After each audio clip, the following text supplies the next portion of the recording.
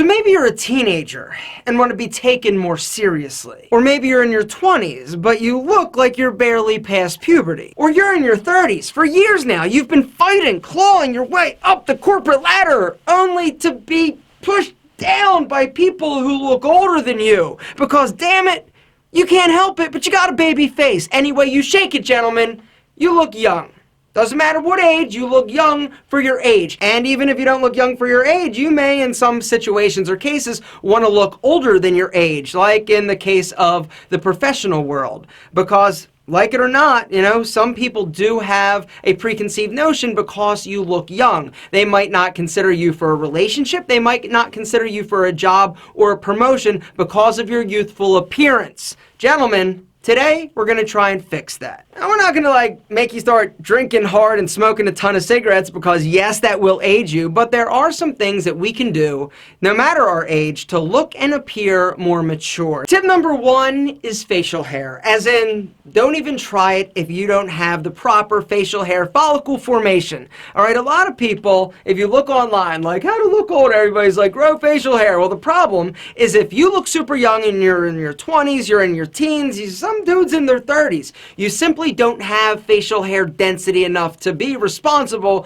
with growing some. You grow it out and you're Patch Adams, you look worse, you look younger, you look like you're trying to grow out facial hair that just isn't ready to be grown out. You see these young dudes, right? The first thing they're like trying to grow out, it's like, oh, that's cute. He's trying to grow a mustache, little guy. You pat him on the back, get back to 3rd grade.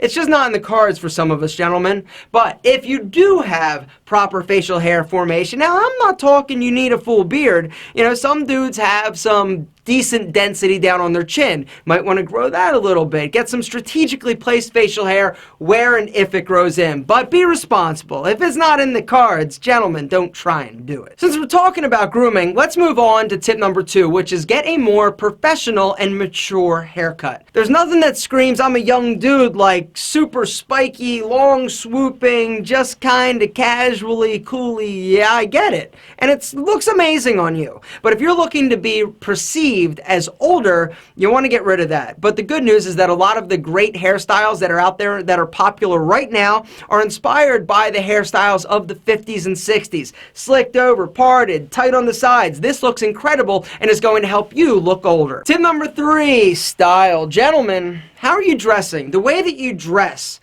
is, think of it like personal packaging. What is the brand that you are trying to present? Are you trying to present a more refined, older, more responsible brand, or youthful and young? All right, there's a way to dress that's going to elicit that response and vision from other people. So if you're currently rocking casual, youthful clothes like ripped jeans, or I don't even know what the kids wear today, to be honest.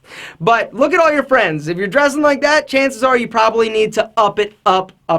Step it up a notch, all right? Dress more maturely. Now, not like your grandfather, unless he's got sick style, and then, hell yeah, dress like your grandfather. Tip number 4 is act older. And by older, this just means more mature. And a lot of times this boils down to body language, okay? Eye contact. Posture. It's all about body language, gentlemen. You act more mature, you're going to be viewed as older, all right? When guys that are older think of somebody who's youthful, they think of people who don't really pay attention. They're slouching, they don't make eye contact, they aren't very eloquent when they're speaking, which happens to be tip number 5. Speak more maturely. There, you know there's a difference. You hear some of your friends speak, it sounds differently than some older people, also your parents, all right? When you talk to somebody that is a bit more mature, they're going to have a different level of confidence. The way that they basically just communicate to the outside world is different than young people,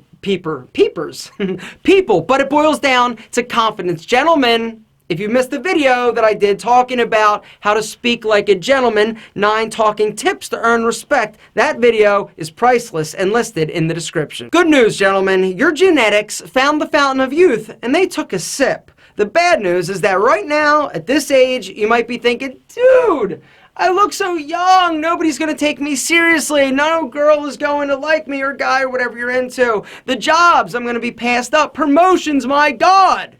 I just want to look older. Well, the good news is that when you're 45, all your friends are going to look 52. right? And you're going to look 37. You're going to be like, sweet, Mother Nature, thanks, knuckle bump. But until then, by following these 5 tips, you're going to look or command the presence of somebody that is older and more mature. Wait, whoa! Before you run off, I would like to say one more final thing.